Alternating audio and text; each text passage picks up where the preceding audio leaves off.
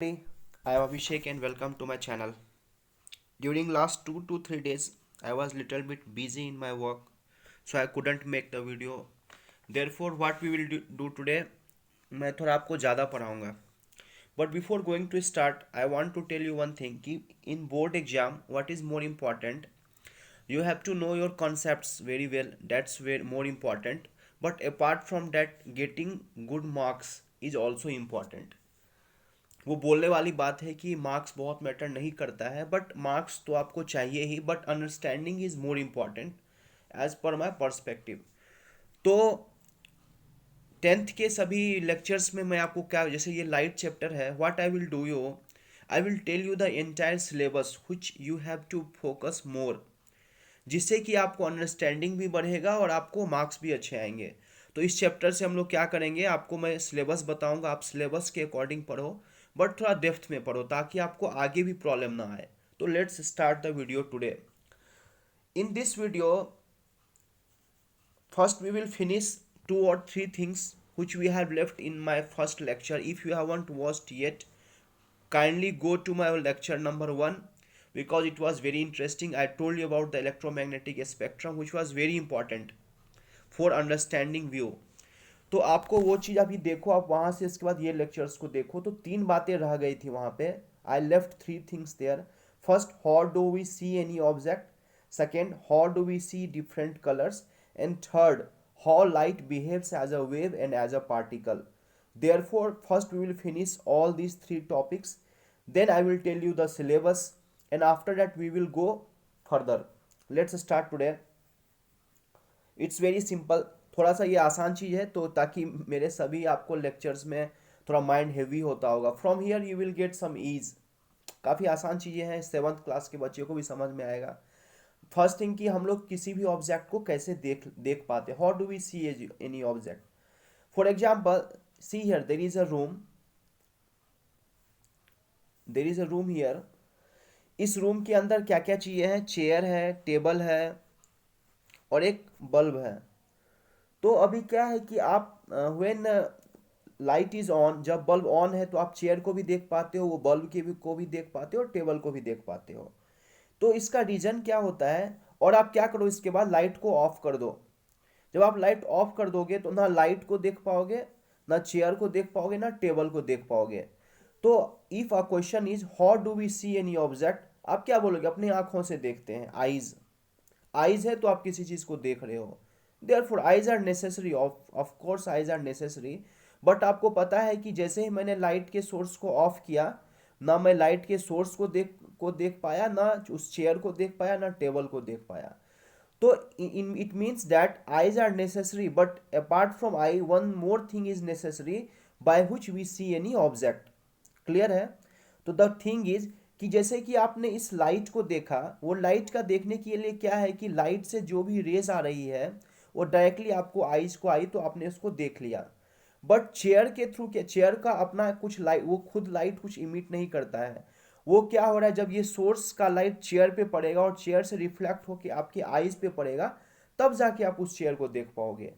जैसे वो टेबल है, टेबल का भी अपना कुछ लाइट नहीं है. वो क्या होगा, जब कोई भी सोर्स उसके पास होगा, जब लाइट रेज उस सोर्स से उस ऑब्जेक्ट पे पड़ेगा और उस ऑब्जेक्ट से रिफ्लेक्ट होकर आपके आईज पे पड़ेगा, तो आप किसी ऑब्जेक्ट को देख पाते हो. क्लियर है. तो it means that first of all we will discuss one thing कि जो भी ऑब्जेक्ट होते हैं वो 2 तरह के होते हैं. एक तरह के ऑब्जेक्ट जो कि जिनके पास अपना खुद का लाइट होता है, वो अपना खुद का लाइट जो इमिट करती है. एंड सेकेंड थिंग कि जिनका अपना खुद का लाइट नहीं होता है. तो जिनका अपना खुद का लाइट होगा, the object which emits their light of own, those type of object is known as luminous object. Clear है. आप लोगों ने पढ़ा भी है, जैसे कि एग्जांपल सन है, ये बल्ब है, ट्यूबलाइट एटसेट्रा. इन सभी सोर्स का क्या होता है, अपना एक लाइट होता है जो कि वो इमिट करती है, जिसकी वजह से आप उसको देख भी लेते हो डायरेक्टली. क्योंकि जब भी कोई लाइट रेज किसी भी ऑब्जेक्ट से या किसी भी सोर्स से आपकी आईज पे पड़ती है, तो ही आप उस ऑब्जेक्ट को देख पाते हो. क्लियर है. It means that in objects का अपना एक लाइट है, डायरेक्टली वो लाइट रे आपके आईज पे पड़ी और आपने उसको देख लिया. एक चीज और समझ लो आप, लाइट रेज का मतलब एक लाइट रेज. अगर ये बंच में रहेगा, कई सारे लाइट रेज, अगर आप जैसे सन का रे नीचे की ओर आता है, there are a bunch of light, तो उसको हम बीम ऑफ लाइट बोलते हैं। जो ग्रुपिंग होता है लाइट का उसको beam of light. But here we will use ray of light, it means that one ray like that we will discuss here. Clear है? वो आपको एक छोटी सी बात था वो बताना था। तो अभी क्या है, luminous object which have it's on emits it's on light, तो उस वाले ऑब्जेक्ट को बोलते हैं हम लोग ल्यूमिनियस ऑब्जेक्ट। बट कुछ ऐसे ऑब्जेक्ट होते हैं जिनके पास अपना एक लाइट नहीं होता है, वो ऑब्जेक्ट्स क्या करते हैं, वो लाइट इमिट करते हैं, but due to other sources those objects are known as non luminous object like table, chair, etcetera. It means that some object will have their own light, some objects will not have its own light, but whenever that light reflected ray from that object will reach up to our eye, we will see that objects. I think that it's clear. Therefore, apart from eye, one more thing is very important to see any object, that is the source of light. वो source of light का होना बहुत ज़रूरी है, क्योंकि अगर आप उस सोर्स ऑफ लाइट से अगर डायरेक्टली लाइट आप तक पहुंचती है तो उस सोर्स को भी आप देख सकते हो, लेकिन उसके आसपास में जितने सारी चीज़ें हैं, अगर सोर्स ऑफ लाइट नहीं होगा तो कोई भी लाइट, क्योंकि वो नॉन ल्यूमिनस नेचर का है, it means that it have its own light, and any light will not reflect from that object to our eye and we cannot see any objects. But whenever there will be a source of light, that ray will fall on that object, and from that object light ray will be reflected to our eyes and we can see that object. I think that first point is clear, which I left in my first lecture. How do we see any object? It's clear. So two things are very important to see any object. One is eye, obviously eyes are necessary, जिनके पास आंखें नहीं है उनके लिए पूरा संसार अंधकारमय है। सेकेंड थिंग सोर्स, क्योंकि सोर्स का इंपॉर्टेंट क्यों है, क्योंकि सोर्स है तो उसकी वजह से या तो खुद का लाइट होगा या किसी ऑब्जेक्ट को हम लोग देख सकते हैं। तो two things are important and we have finished one topic. Now second, how do we see different colours. तो to understand this, different different colours हम लोग देखते हैं, जैसे कि ये देखो यहाँ पर रेड कलर है, ये ब्लैक कलर का है, ये ब्लू कलर का है, ऐसे वायलेट होगा, ग्रीन होगा। तो इट मीन्स दैट ये अलग अलग कलर्स आप देख कैसे पाते हो, that is second question. Eyes है तो आपने देख लिया, सोर्स है तो आपने देख लिया ऑब्जेक्ट को, बट देखने के बाद अब क्या हो रहा है कि उनके कलर डिफरेंट डिफरेंट है, अलग अलग कलर डिफरेंट है। तो in the first lecture I told you that there is a wavelength of spectrum of wavelength, जिसके अंदर जो 400 नैनोमीटर टू 700 नैनोमीटर का रेंज आता है वो विजिबल रेंज होता है। इट का मतलब जो कि हमें विजिबल होता है, ह्यूमन आईज को विजिबल होता है। ऐसा नहीं है कि बाकी उसके ऊपर जैसे इंफ्रारेड है या नीचे अल्ट्रावायलेट है वो रेंज विजिबल नहीं होता है, वो विजिबल होगा लेकिन ह्यूमन आईज को विजिबल नहीं होगा। तो we are talking about human eyes. तो ह्यूमन आईज में जो वायलेट टू रेड कलर होता है, वायलेट का वेवलेंथ 400 नैनोमीटर, आपको वेवलेंथ फ्रीक्वेंसी सब बताया है, kindly go to that lecture and watch that first. तो वायलेट का अपना एक वेवलेंथ होगा, रेड का अपना एक वेवलेंथ है। इट मीन्स दैट उस वेवलेंथ का अब क्या होता है कि सी डिफरेंट कलर्स। अब लाइट रेज क्या हो रहा है, सपोज एक non luminous object there is one source of light are there and we are standing there, we have seen any object, तो how we will differ any colours. तो अभी क्या होता है, सोर्स ऑफ लाइट रे से उस लाइट उस ऑब्जेक्ट पे पड़ा और उससे हमारे आईज पे पड़ा और हमने उस ऑब्जेक्ट को देख लिया। बट व्हाट हैपेंस कि कोई भी ऑब्जेक्ट है वो कुछ ना कुछ क्या कि लाइट रेज को एब्जॉर्ब करती है और कुछ ना कुछ लाइट रेज को रिफ्लेक्ट करती है। क्लियर है? देन वो रिफ्लेक्ट जो करेगी, इट मीन जो इमिट करेगी वो सर्टेन एक वेवलेंथ को इमिट करती है। तो जो वो वेवलेंथ को इमिट्स करेगी वो according to the wavelength spectrum we can see that colour. It mean और अदर्स कलर को वो क्या करेगी, एब्जॉर्ब कर लेगी। It means that suppose red object, suppose an object is there which absorbs all the colors but emits a wavelength of around 700 nanometer. It means that wavelength of that 700 nanometer will correspond to which color?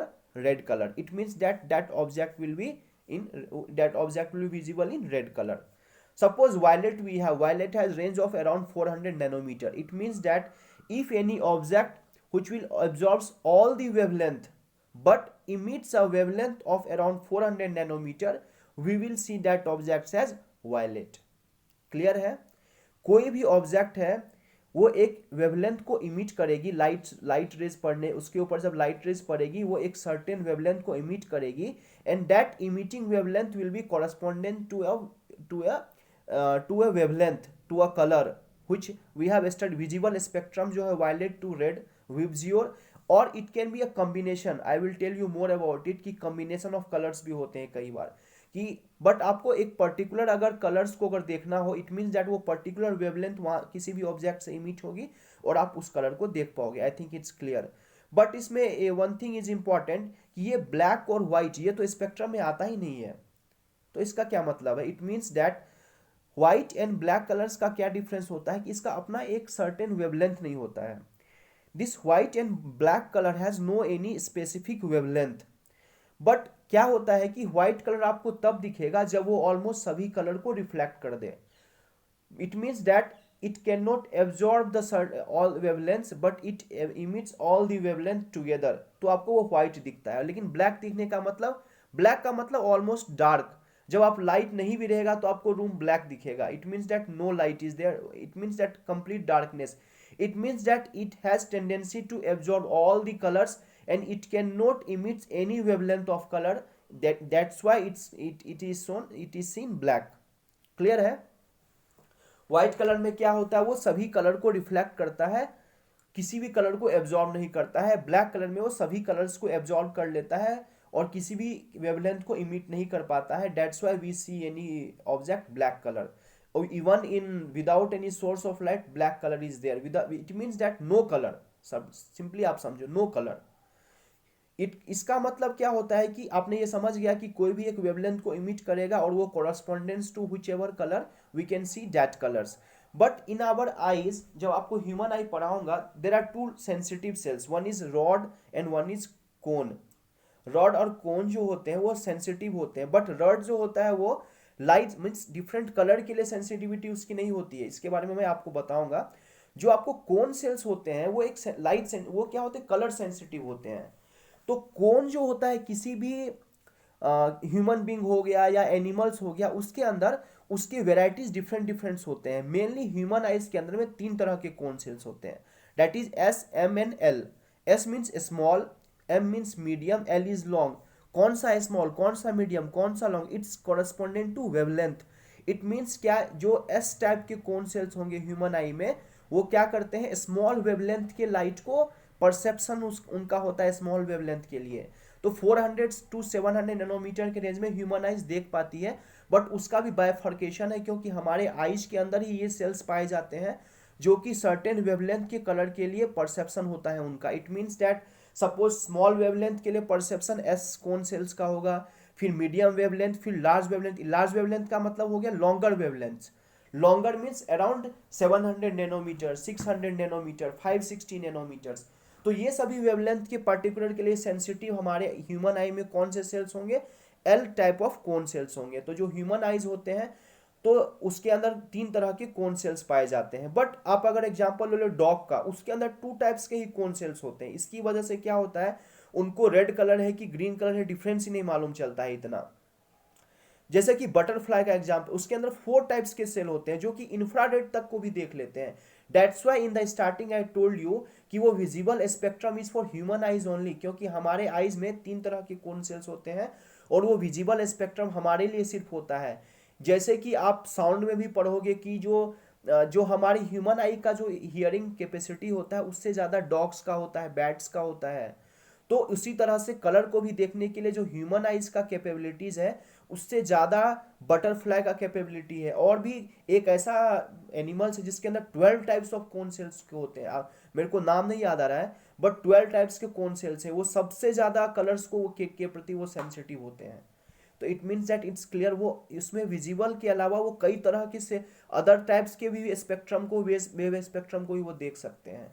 तो आपको clear आ रहा है सभी concept, don't get confuse.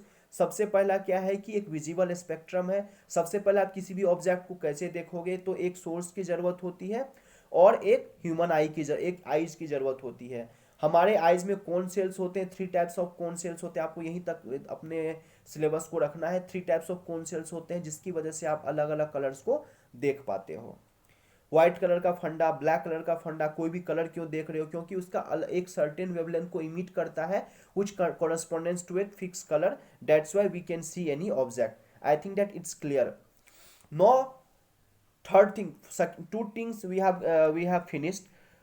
तो हमने दो चीज़ों को पढ़ लिया। एक तो क्या पढ़ा कि लाइट में हम लोग डिफरेंट टाइप्स के कलर्स को कैसे सी करते हैं, and second times we have seen that how we can see different colours. Now the third concept will see now, that is how light can be behave as a wave and sometimes as a particle. तो मैं ज़्यादा आपको इसके बारे में नहीं बताऊंगा, आपके सिलेबस के अकॉर्डिंग बताऊंगा ताकि आपको समझ भी आ जाए, क्योंकि 11th-12th में आपको सब समझ आएगा, लेकिन up to 10th standard you can not understand everything. तो आपको आपके लेवल से बस समझाऊंगा। तो आप इतना ही बस समझो कि वेव्स क्या होता है। वेव जब आपने पढ़ा होगा 9th में भी, सपोज कोई एक स्टोन है, आपने क्या किया, पॉन्ड के अंदर उसको फेंकते हो, फेंकने के बाद इस तरह का आप देखो राउंड राउंड राउंड राउंड बनता है वो, तो ये क्या, एक वेव्स क्रिएट हो रहा है। It means that simply a disturbance create हो रहा है। तो जब भी लाइट की वजह से कोई डिस्टर्बेंस क्रिएट हो रहा है, it means that light is behaving as a wave. एक हाइजीन नाम के साइंटिस्ट थे, उन्होंने ये चीज बताया था कि light behaves as a wave. It means that waves means इस तरह से एक डिस्टर्बेंस की फॉर्म में वो मूव करते हैं। बट न्यूटन साहब ने बताया था कि लाइट जो होता है वो टाइनी बंडल ऑफ पार्टिकल से मिलके बना हुआ होता है। It means that it is a particle, it is a particle type. इसका एग्जाम्पल पार्टिकल्स टाइप को कैसे आप एक्सप्लेन करोगे कि सपोज एक कोई गन है, गन से आपने क्या किया, एक बुलेट आपने उसको फायर करना स्टार्ट किया तो बुलेट्स निकलना स्टार्ट होगा। इट मीन्स दैट लाइट इसी तरह से ट्रेवल करती है। जब भी जैसे सन का रेज हमारे तक पहुंचता है तो लाइक या बुलेट एक टाइनी बंडल ऑफ पार्टिकल्स की फॉर्म में हम तक पहुंच रही है, जिसको कि एक बंडल ऑफ पैकेट जिसको कि नाम दिया गया फोटॉन्स, फोटॉन्स का नाम दिया गया। उस फोटॉन्स की फॉर्म में हम तक पहुंचती है लाइट रे। It means that light particle जैसा होता है। दोनों कॉन्सेप्ट क्लियर है। वेव जैसा मतलब एज अ डिस्टर्बेंस, जैसा कि आपने ये पॉन्ड में बताया एग्जांपल। सेकेंड होता है पार्टिकल जैसा, जैसे कि आप गन से बुलेट को आप इजेक्ट करोगे तो जब वो बुलेट के जैसा एक बंडल के रूप में फॉर्म में गिरेगा। जैसे कि आप जब फोटो इलेक्ट्रिक इफेक्ट पढ़ोगे तो उसमें क्या होता है कि जब भी कोई मेटल सरफेस के ऊपर लाइट रेज पड़ती है तो वो एक इलेक्ट्रॉन्स को इजेक्ट करना स्टार्ट करता है। इट मीन्स दैट ये अल्बर्ट आइंस्टाइन ने इनको प्रूव किया था फोटो इलेक्ट्रिक इफेक्ट को। तो उन्होंने एज अ पार्टिकल सपोर्ट किया था न्यूटन साहब का, कि जब भी कोई लाइट का पैकेट से वो किसी भी मेटल्स पे पड़ेगा तो उस वो एक एक क्या होता है, बंडल की पैकेट्स की फॉर्म में गिरता है उस मेटल के ऊपर, जो कि as a particle as a wave हम लोग इसको सेटिस्फाई नहीं कर सकते हैं कि उसकी वजह से क्यों इजेक्ट स्टार्ट होगा, इलेक्ट्रॉन इजेक्ट होना स्टार्ट होगा। तो वहां पर एक फंडामेंटल थिंग आया था कि as a packets, as a particles, light is falling on any metals and electrons is getting ejected from there, that is photoelectric effect। and from there it was come in picture कि light as a particle भी है। तो confusion था कि light waves जैसा, तो आपको clear है जब आप पढ़ोगे एग्जांपल, जैसे कि इंटरफेरेंस है, दो सोर्स ऑफ लाइट से आप देखो इधर आ रही है। अगर ये पार्टिकल होता, अगर ये पार्टिकल होता यहाँ पर, तो यहाँ पर कोलिजन होता, इनका कोलिजन होके इधर उधर सभी क्या होते कि पार्टिकल, वो जो लाइट है वो उनका जो बंच है वो इधर उधर स्प्रेड हो जाता, और यहाँ पर एक आपको पार्टिकल इंटरफेरेंस, वहां पर आपको स्क्रीन पे वो नहीं मिलता आपको इस तरह से इंटरफेरेंस का फेनोमेना। तो इट मीन्स दैट इस वाले कॉन्सेप्ट में क्या हो रहा है कि ये एज अ पार्टिकल हो ही नहीं सकता, यहाँ पर एज अ वेव ही ये चीज सेटिस्फाई होती है। बट जब फोटो इलेक्ट्रिक इफेक्ट को देखा गया तो उसमें यह पाया गया कि अगर एज अ वेव होगा और वो किसी मेटल्स पे पड़ेगा तो उनका अपना एक वेट तो है ही नहीं लाइट का, तो वो कैसे किसी भी इलेक्ट्रॉन को वहां से इजेक्ट कर सकती है। तो इट मीन्स दैट ये कंसेप्ट जो चीज है ये एज अ कभी वेव एज अ पार्टिकल ये क्लियर नहीं हो रहा था। ये क्या था कि लग रहा था कि दोनों है कि क्या है। तो जब रिफ्लेक्शन फेनोमेना को देखा गया, जो आप पढ़ोगे भी आगे, रिफ्लेक्शन रिफ्रैक्शन आप पढ़ोगे इसी चैप्टर में, तो रिफ्लेक्शन रिफ्रैक्शन में देखा है कि हाँ as a wave as a particle दोनों में ये जस्टिफाई हो गया कि हाँ दोनों की हेल्प से ऐसा ये हो रहा है कि हाँ as a reflection phenomena as a refraction phenomena ये दोनों से पॉसिबल है। एज अ वेव भी ये पॉसिबल है, एज अ पार्टिकल भी ये दिखा सकती है। बट जब इंटरफेरेंस देखा गया, जो कि मैंने आपको ऊपर बताया, इस इंटरफेरेंस में एज ए पार्टिकल पॉसिबल ही नहीं है। वो आपस में कोलिजन होके कोलाइड होके इधर उधर हो जाएगी और वहां पर एक इंटरफेरेंस हो ही नहीं पाएगा दो लाइट सोर्स का, तो वो पॉसिबल ही नहीं है एज अ पार्टिकल। लेकिन जब वही फोटो इलेक्ट्रिक इफेक्ट देखा गया तो उसमें ये देखा गया कि एज अ वेव पॉसिबल नहीं है। अगर वो वेव होगा, उसका अपना एक वेट नहीं है, तो वो कैसे किसी भी मेटल्स पे पड़ के वहां से इलेक्ट्रॉन्स को इजेक्ट कर पाएगा। तो concept is clear, I think that it's a combination of both. तो इट मीन्स क्या, light sometimes behaving as a wave, sometimes as a particle. तो आप कब वेव के जैसा फॉर्म करेगा, कब पार्टिकल जैसा ट्रीट करेंगे। तो आपको मैं एक स्टोरी बताता हूं। आपने शायद पहले भी पढ़ा होगा कि एक एलिफेंट था एक दरबार में, राजा के दरबार में, इन अ किंग दरबार, देयर वाज एन एलिफेंट। वहां पर चार अंधों को बुलाया गया, चार ब्लाइंड पर्सन थे। और उनको क्या बोला गया कि हाथी के पास आके आपको बोला गया कि आप डिफरेंट पार्ट को टच करो और बताओ कि ये क्या है। तो उसने क्या किया, जैसे ही एक अंधे ने पैर को टच किया, तो it means that it what he felt, अरे ये तो it's a like a trunk of a tree, बहुत मोटा है ये तो, पेड़ का क्या है ना, वो शाखा जो होती है वो है ये तो। किसी ने कान को टच किया तो कुछ बोला, पेट को टच किया तो कुछ भी बोला। इट मीन्स दैट कि वो अंधा है, उनको पता नहीं कि वो क्या है। तो जो भी मन एब्जॉर्ब, जो भी आपको मन में उनके है, वो उसके हिसाब से उन्होंने उसको फील किया और बताया। इन द सिमिलर मैनर ये लाइट जो है वो एज अ वेव भी है, एज अ पार्टिकल भी है। It depends upon our observation, it depends upon the phenomena, कि कौन सा फेनोमेना हो रहा है, और आपके ऑब्जर्वेशन के ऊपर है कि आप उसको कैसा ऑब्जर्व करते हो, कि वो एज अ वेव है कि एज अ पार्टिकल है। उसके ऊपर डिपेंड करेगा कि लाइट क्या है। तो इसके लिए एक डी ब्रॉगली साहब थे, उन्होंने एक हाइपोथेसिस दिया था। मैं इसके बारे में ज़्यादा डिटेल्स नहीं बताऊंगा, क्योंकि ये बाद का ये 11th 12th या इंजीनियरिंग में आप पढ़ोगे कि डी ब्रॉगलीज एक वेवलेंथ उन्होंने एसोसिएट किया था वेव नेचर से। ठीक है, आपको lambda equal to h upon p होता है, ये सभी आपको नहीं बताऊंगा कि वो क्या होती है। बट सिंपली क्या है कि light can behaves as a particle, light can behaves as a wave also, but it will depends upon momentum. जब आपको नाइन्थ का, मैं अभी मोमेंटम पे पहुंचा नहीं उस चैप्टर के, तो मोमेंटम का मतलब क्या होता है कि मोमेंटम मतलब सिंपली समझो मोशन के ऊपर डिपेंड हो रहा है, स्पीड के ऊपर डिपेंड हो रहा है। कि सपोज कोई एक कार है, कार का अपना एक मास होता है, वो वेट होता है अपना, बट कार की speed suppose 2 times of light की स्पीड हो जाए, जो कि पॉसिबल नहीं है, बट एक एजम्पशन में बोल रहा हूँ कि लाइट की स्पीड कितनी होती है, 3 × 10⁸ तो अगर उसकी स्पीड 2 टाइम्स हो जाए, तो उस टाइम पे क्या होगा कि एज अ पार्टिकल वो नहीं रह जाएगा, एज अ वेव टाइप वो बन जाएगा। बट लाइट अगर नॉर्मल स्पीड में मूव करे तो एज अ पार्टिकल बिहेव करता है। तो इस चीज को आप रिलेट करने की कोशिश करो कि जब भी किसी भी लाइट के अंदर, इट मीन्स दैट स्पीड कम हो, थोड़ा स्टैटिक जैसा पोर्शन हो, तो एज अ पार्टिकल। जब भी स्पीड बहुत ज्यादा हो, बहुत ही डायनामिक हो, तो वो एज अ वेव। और डिपेंडिंग अपॉन फेनोमेना, जैसे कि रिफ्लेक्शन बताया, रिफ्रैक्शन, इंटरफेरेंस, डिफ्रैक्शन, अलग अलग फेनोमेना होते हैं, फोटो इलेक्ट्रिक इफेक्ट। इस इफेक्ट के ऊपर क्या होता है, इस फेनोमेना के ऊपर, sometimes it behaves as a particle, sometimes it behaves as a wave.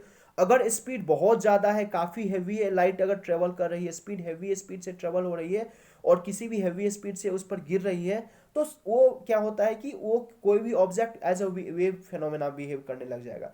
लेकिन वो स्टैटिक पोर्शन है, तो वो एज अ पार्टिकल बिहेव करेगा। तो simply it depends upon our observation, it depends upon the phenomena कि कौन सा इंसिडेंट हो रहा है, उसके ऊपर light as a wave, as a particle.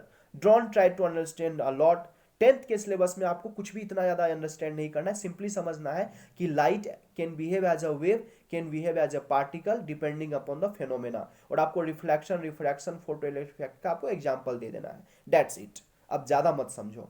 Know what will do in the next lecture, I will discuss the syllabus, means in your 10th board, whatever things you have to study from your books, that I will tell you, and according to that only we will move further. I think that everything is clear today. Whatever things I have left in my first lecture, I have finished in this lecture. Therefore kindly go to these two lectures very carefully, क्योंकि ये base है आपका light का। From here light will start, original light will start, from here original syllabus will start. So from next lecture your complete syllabus will start. Till these two lectures were for understanding, for increase your understanding level, कि आप light को समझ सको, कि किसी भी object को कैसे देखते हैं, कोई भी कलर्स कैसे देखते हैं, एज अ वेव है या एज अ पार्टिकल है, इलेक्ट्रोमैग्नेटिक स्पेक्ट्रम क्या है, विजिबल स्पेक्ट्रम क्या होता है, उसके ऊपर क्या होता है, नीचे क्या होता है। तो I think that it's your fundamental things are very clear. Try to understand all these things. And again I am requesting you कि 10th के स्टूडेंट्स, बोर्ड के स्टूडेंट्स पढ़ना चालू कर दे अभी से, मेहनत कर। इस बार जैसे नंबर बांटे जा रहे हैं वैसा हर बार नहीं होने वाला है। आपको स्टडी करना पड़ेगा, क्योंकि आपका यहीं से बेस बनेगा और आगे आपको दिक्कत ना हो, तो आप पढ़ना चालू करो अभी से, अच्छे से पढ़ाई करो। And again one request, if you haven't subscribe my channel yet, subscribe करो, लाइक करो, शेयर करो, बेल आइकन्स को दबाओ ताकि आपको नोटिफिकेशन मिलता रहे और आपको मैं बहुत सभी वीडियोस बनाता जाऊंगा and things will be more interesting. Therefore that's all for today, thanks for listening and take care of your health and good bye.